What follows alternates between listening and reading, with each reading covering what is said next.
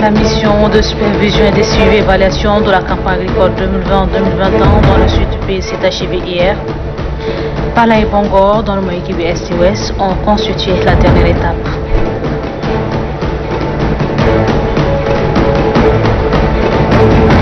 La session de formation organisée à l'intention des journalistes de médias publics et privés du Tchad a pris fin.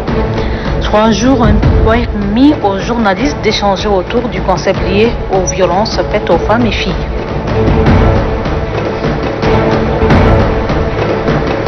Tout est fin prêt pour la cross-country de 8 km prévue demain 23 août. L'annonce a été faite ce matin par le président de la Ligue d'athlétisme pour la ville de N'Djamena. C'est tous les titres. Bonsoir à toutes et à tous et bienvenue dans cette session d'information. Dans le cadre de la politique sociale du gouvernement, la ministre de la Femme, de la Protection de la Petite Enfance, Amina Priscille Longo, accompagnée de ses proches collaborateurs, a visité ce matin, a effectué plutôt une visite dans quel quartier de la ville de N'Djamena pour compatir avec les sinistrés suite aux grosses pluies causant des inondations. Au nom du gouvernement, la ministre a témoigné l'élan patriotique et de solidarité du maréchal Idrissa Déby Itno. Bravant tous les aléas dus aux fortes pluies qui se sont abattues sur la capitale, la ministre de la Femme et de la Protection de la Petite Enfance, Amina Priscille Longo, accompagnée de ses proches collaborateurs, s'est portée dans un premier temps à Atron dans la commune du 7e arrondissement. La ministre a constaté de visu les conditions de vie des personnes handicapées. Sur ce site qui accueille 9 ménages, soit au total 63 personnes. Amina Priscille Longo a exprimé sa compassion à ces victimes d'inondations tout en les rassurant de l'attention du gouvernement à leur égard. Une assistance leur a été apportée. Un déplacement salué par le président de l'association d'entraide des handicapés physiques du Tchad, Mbaïla Sam Gérard. Autre étape de cette visite, Toukra dans la commune du 9e arrondissement où la délégation ministérielle a visité les sinistrés. Ici également, la ministre a offert des kits alimentaires aux sinistrés. Question de témoigner la solidarité du gouvernement sous les orientations du maréchal du Tchad Idriss Déby Itno, président de la République. La dernière étape de ce périple est le quartier Abénan. Pour la ministre Amina Priscille Longo, cette visite lui a permis de s'enquérir des conditions de vie des populations. La plupart des victimes de ces inondations sont des femmes, des enfants, des personnes handicapées qui, même bien avant l'inondation, vous savez comment ils peinent à vaquer à leurs occupations ou encore à se prendre en charge. Les couches que nous défendons sont doublement victimes. C'est pourquoi nous sommes là pour leur dire que le gouvernement est à leur côté et que le ministère de la Femme et de la Protection de la Petite Enfance est aussi là à leur côté. On ne les laisse pas seuls. Comme exprimé par les autorités compétentes, la synergie d'action du gouvernement et des partenaires permettra de voler au secours des sinistrés.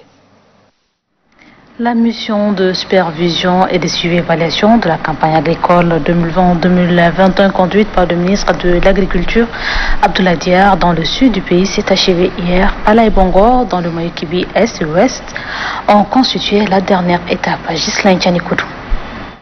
Aussitôt arrivé et accueilli à l'entrée de la ville de Pala par le secrétaire général de la province du Moïkibi Est, Yacoub Barka, le ministre de l'Agriculture Abdoulaye Diar a eu une rencontre avec les responsables administratifs de la délégation provinciale de l'agriculture et les techniciens de l'agriculture. Dans la présentation de son rapport de l'évolution de la campagne agricole 2020-2021, le délégué provincial de l'agriculture par intérim Mbaya Kambé Filemon a souligné que, consécutivement à la pandémie de la Covid-19, la campagne agricole a démarré timidement. Les pluies ont été précocement enregistrées, suivies d'une rupture ayant causé quelques poches de sécheresse. Certaines localités sont susceptibles d'être affectées par une crise alimentaire, indique le délégué. Cette sécheresse partielle succédée d'un regain de pluviosité a réduit la superficie des surfaces cultivées et favorisé l'apparition des chenilles légionnaires qui détruisent les cultures. Toutefois, la pluviométrie est relativement bonne et avec l'intervention de la base phytosanitaire, la situation est sous contrôle, informe le délégué de l'agriculture par intérim. Mbaya Kambé Filemon a émis le besoin d'approvisionnement en engrais et semences. Le ministre de l'Agriculture Abdoulaye Diar a apprécié la présentation à sa juste valeur avant de dire que les intrants agricoles et les semences sont disponibles pour la prochaine campagne. Eu égard aux effets de la Covid-19 sur la campagne agricole en cours, Abdoulaye Diar a remis un kit de lavage des mains et des cache-nez à la délégation provinciale de l'agriculture. Fini la rencontre, le chef du département de l'agriculture est allé visiter un champ de démonstration pédagogique de maïs. Kabe Kelambay, propriétaire de ce champ, plaide pour que l'Agence nationale de développement rural, ANADER, mette à la disposition des producteurs de l'engrais. Doléance que le ministre Abdoulaye Diar trouve fondée et instruit l'ANADER d'y répondre. De Pala, le cap est mis sur Bangor, chef-lieu de la province du Mayo-Kébi-Est, où la délégation ministérielle est attendue et accueillie par le gouverneur. Même exercice comme à Pala, le ministre de l'Agriculture, Abdoulaye Diar, a eu une réunion avec les responsables administratifs de la délégation provinciale de l'agriculture et techniciens de l'agriculture. Présentant la situation de la campagne agricole 2020-2021, la déléguée provinciale Bemadi Ronay Alice a évoqué le déficit pluviométrique comparativement à l'année précédente et la mauvaise répartition pluviométrique avec pour conséquence les semis tardifs, un état végétatif hétérogène, la réduction des surfaces emblavées et l'apparition des chenilles mineuses, des sauterelles et oiseaux granivores. Cependant, la situation alimentaire est calme. Comme difficulté, la déléguée a relevé notamment le retard d'appui en intrants aux producteurs. Un rapport salué par le ministre de l'Agriculture Abdoulaye Diar qui conseille l'usage des pesticides et semences homologuées, suivi de quelques échanges avec les techniciens de l'agriculture. Le secteur agricole n'étant pas épargné par la pandémie de la Covid-19, le ministre a aussi remis un kit de lavage des mains et des cache-nez à la délégation provinciale de l'agriculture. Une visite de la délégation ministérielle dans un périmètre risicole du premier régiment agricole de l'armée nationale tchadienne a mis un terme à cette mission de supervision de la campagne agricole 2020-2021. Dans le cadre de l'inspection des structures déconcentrées du département du développement touristique, de la culture et de l'artisanat, dans la partie méridionale du pays, le ministre de la Culture, Patale Jio, a bouclé sa tournée. Yann Mouibi. La province du Mayo-Kébi-Ouest constitue la dernière étape de cette mission d'inspection et de suivi des structures déconcentrées sous tutelle du ministère du Développement touristique, de la culture et de l'artisanat, conduite par le chef de ce département, Patale Jio. Après la visite des structures la veille, tous les acteurs se sont retrouvés le lendemain matin autour du chef des missions pour une séance de restitution. Séance introduite par le secrétaire général de la province du Mayo-Kébi-Ouest, Yacoub Barka.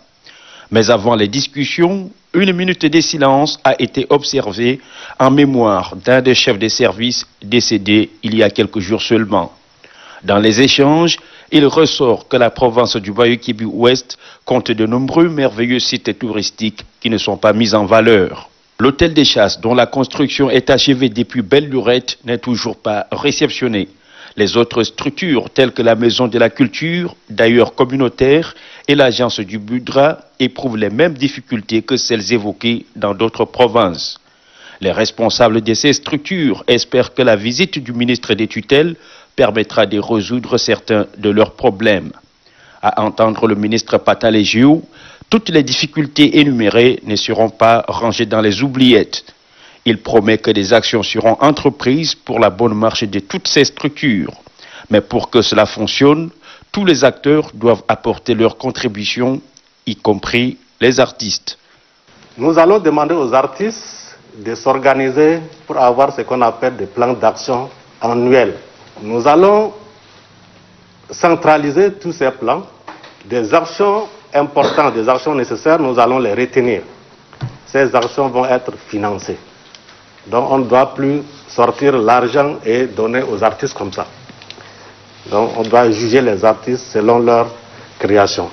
Comme dans d'autres provinces, le ministre Patale Jio a promis qu'une maison de culture comprenant un musée, des aires de jeu et une salle de conférence de 200 places au moins sera construite à Pala. À cet effet, il a chargé le secrétaire général de la province et le maire de la ville de Pala d'affecter un terrain de 2 hectares à la délégation de la culture, de la jeunesse et des sports. Une réalisation qui donnera un nouveau visage à la ville et permettra à la culture locale de prendre un envol certain. La session de formation organisée par l'association publique Interest Law Center à l'intention de journalistes de médias publics et privés du Tchad sur les violences faites aux femmes et aux filles a pris fin cet après-midi. Indamet Chérif, directrice générale adjointe du ministère de la Communication, qui a présidé la cérémonie de clôture. Lucas Zinatanjay. Venus des différents horizons du Tchad, les journalistes du secteur public et privé du Tchad ont consacré 3 jours d'échange autour des concepts liés aux violences faites aux femmes et aux filles. Compte tenu de l'ampleur que prend les violences exercées sur la gente féminine dans le monde, en Afrique et plus particulièrement au Tchad, le rôle que doivent jouer les journalistes en matière de sensibilisation pour prévenir ce phénomène est plus que nécessaire. Rappelant les participants sur l'importance de cette formation, la présidente du collège des conseillers du PILC, Madame Adoum Oyal Ngarassal, a demandé aux journalistes de contribuer à la lutte contre les violences faites aux femmes et aux filles en sensibilisant les communautés. La directrice générale adjointe du ministère de la Communication qui présidait les travaux a invité les journalistes à mettre l'accent sur ce phénomène qui gagne du terrain ces dernières années et devient une préoccupation majeure du gouvernement. Permettez-moi de vous transmettre les félicitations de votre département de tutelle pour votre assiduité à cette formation pour laquelle vous êtes venus d'horizons divers. Ceci prouve déjà un début de votre engagement qui fait désormais de vous des membres d'une même famille, la grande famille des défenseurs de la cause des femmes et des filles. Les participants à cette session de formation se disent satisfaits des modules développés par les formateurs et ils estiment traduire dans les faits les connaissances acquises afin de dénoncer les viols et abus sexuels à l'égard des femmes et filles. Fin des travaux de l'atelier d'élaboration du draft du plan national de développement 2017-2021. Les participants ont évalué le chemin parcouru dans la politique de mise en œuvre des activités prévues. C'est le directeur de l'évaluation, de suivi et évaluation du ministère de l'économie qui a présidé la cérémonie. Les travaux d'élaboration du draft Zoro de l'année 2019 du plan national de développement 2017-2021 PND se sont achevés sur une note de satisfaction. Nous sommes en train de produire un document qui ne va pas s'arrêter à notre niveau et qui ira au-delà de nos personnes. Et ça va être utilisé par les partenaires qui ont contribué ou les bailleurs qui ont contribué à la mise en œuvre de ce plan national de développement. Ces travaux ont permis d'évaluer le chemin parcouru dans le cadre de la politique de mise en œuvre des activités prévues. L'un des participants situe l'importance de l'atelier. Nous avons travaillé uniquement sur tous les secteurs qui sont concernés par ce PND-là pour faire un petit bilan. Donc il s'agit ici de voir les activités qui sont réalisées en 2019. Ensuite de voir également quelles sont les performances par rapport aux années antérieures. Également de voir les difficultés, relever les défis et quelles sont les leçons qui sont apprises par rapport à la réalisation des 2 rapports précédents. En clôturant les activités, le directeur de suivi et évaluation du ministère de l'économie, de la planification, salue le travail de titan réalisé par les participants. Votre participation très active à tous les processus allant de la collecte de données à l'analyse et à la mise en commun témoigne de l'intérêt que vous portez chacun et chacune personnellement à votre politique publique de développement qui est le PND 2017-2021. Le directeur de poursuivre que ce rapport jette les nouvelles bases des programmations et des orientations des différents plans de développement national. Le président du conseil d'administration de l'université Roi Faisal, Dr Hissène Massar, a présidé une réunion de concertation avec les doyens responsables académiques de l'université. Une réunion axée sur l'ouverture d'une faculté de médecine. On fait le point avec Ali Ibrahim Suleiman. Prélude à l'ouverture de la faculté de médecine en arabe à l'université Roi Faisal, des responsables en charge de la gestion de la dite faculté se concertent. S'adressant au doyen et responsable administratif, Dr Hissène Massar Hissène, président du conseil d'administration de l'université Roi Faisal, soutient qu'à la fin de cette année académique, la faculté de médecine sera opérationnel. Il appartient au comité de concertation d'organiser des ateliers et séries de formations afin de renforcer les capacités des enseignants pour la prise en main de cette faculté. La faculté Maréchal Idriss Déby Itno de médecine à l'université Roi Faisal répond exactement aux besoins de la jeunesse tchadienne. Cette faculté est la vision du chef de l'État qui oriente ses actions gouvernementales au département scientifique, toujours au profit de la jeunesse. Le président du conseil d'administration de l'université Roi Faisal, par ailleurs conseiller du chef de l'État chargé de l'enseignement supérieur, a également donné des directives et orientations aux responsables de l'université Roi Faisal. Une trentaine de médecins et plus de 10 spécialistes seront mobilisés pour la mise en œuvre de la faculté de médecine en arabe.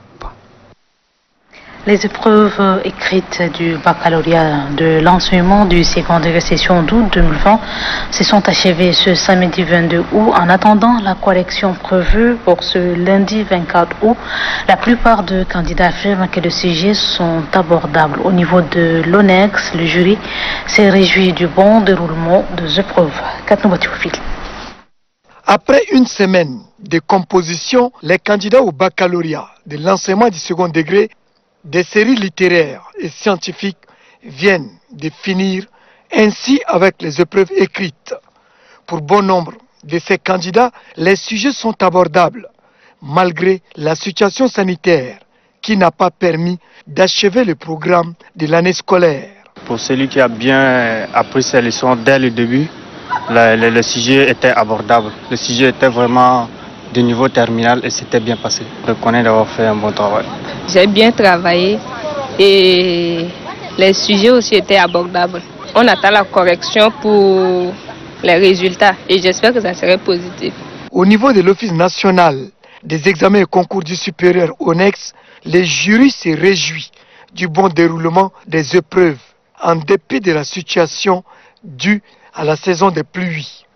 Cette circonstance nous a permis d'apprendre encore beaucoup de choses, surtout si on peut vraiment alterner les séries. Là, le candidat peut se concentrer pour bien faire son travail. Donc, nous sommes encouragés de voir, surtout cette période de pleine saison pluvieuse, que nous avons pu quand même presque achever cette première phase du bac 2020. Le professeur Bianzebe Tikri de préciser que la correction des copies est prévue pour ce lundi 24 août. Par contre, les épreuves techniques s'achèveront ce dimanche. Le président de la coalition des associations de la société civile pour l'action citoyenne kazakh, Mahmoud Ali Saïd, a animé une conférence de presse, une conférence axée sur le bilan du 60e anniversaire de l'indépendance du Tchad. Deba Robert au compte rendu. Dans la mouvance de 60 ans de l'accession du Tchad à la souveraineté internationale, le président de la coalition des associations de la société civile pour l'action citoyenne kazakh dresse le bilan. Face aux hommes des médias, Mahmoud Ali Saïd a jeté un regard rétrospectif sur les différentes étapes ayant conduit le Tchad à son émancipation. Il s'agit entre autres de la participation du Tchad à la Deuxième Guerre mondiale, la conférence de Brazzaville de 1944, la loi cadre de 1956 et l'adhésion du Tchad à la communauté française de 1958. Le Tchad, 6 ans après son indépendance, est plongé dans une instabilité chronique, ce qui n'a pas permis au pays d'amorcer son décollage économique. Ce retard est dû aux guerres fratricides qu'a connues le pays. Il a fallu attendre l'avènement du 1er décembre pour que les jalons du développement soient véritablement posés. Avec l'ouverture de la vente pétrolière en 2003, les ressources financières engrangées par cette malle ont permis au pays de décoller véritablement. Pour preuve, les structures socio-éducatives de base ont poussé comme des champions sur l'ensemble du pays. L'investissement dans les infrastructures avait porté fruit. Ils avaient porté fruit parce qu'ils avaient rapproché les citoyens. Parce qu'aujourd'hui, tout ce que vous plantez, tout ce que vous récoltez, vous pouvez facilement le faire écouler dans les marchés d'Ndiamena. Pourquoi? Parce qu'il y a le transport qui assure facilement le déplacement des commerçants et des artisans. Mahmoud Ali Saïd s'injure également contre certains acteurs politiques qui sèment de la division au sein de nos communautés. Le Tchad est aujourd'hui entouré par plusieurs foyers caractéristiques de l'insécurité au Sahel. Mais malgré cette situation, d'aucuns arrivent à utiliser des subterfuges pour dire que le pays va mal. Transcendons nos différences et construisons ensemble notre pays pour que le Tchad puisse être un pays modèle. Répondant aux questions des journalistes sur le caractère historique de l'élévation du président de la République à la dignité de maréchal, Mahmoud Ali Seydi a vivement vanté les mérites du récipiendaire. Le président de la République, chef de l'État, a inlassablement contribué au développement socio-économique du Tchad, devait-il renchérir. L'association La Terre Verte a clôturé ce matin la 10e édition de sa campagne de mise en terre de plants dans les institutions publiques de la capitale. Une campagne au cours de laquelle elle a mis en terre plusieurs plants fruitiers, une manière de contribuer à la préservation de l'environnement. Kalengavuna. L'association La Terre Verte boucle la 10e édition de sa campagne de plantation d'arbres dans la ville de N'Djamena. C'est le ministère de l'Aménagement du Territoire, de l'Urbanisme et de l'Habitat qui est choisi pour la clôture de cette campagne. Les jeunes volontaires de cette association ont mis en terre plusieurs plants fruitiers dans la cour de ce ministère. Presque 3000 arbres on a planté. L'objectif de cette campagne, nous voulons sensibiliser les citoyens à planter des arbres au maximum.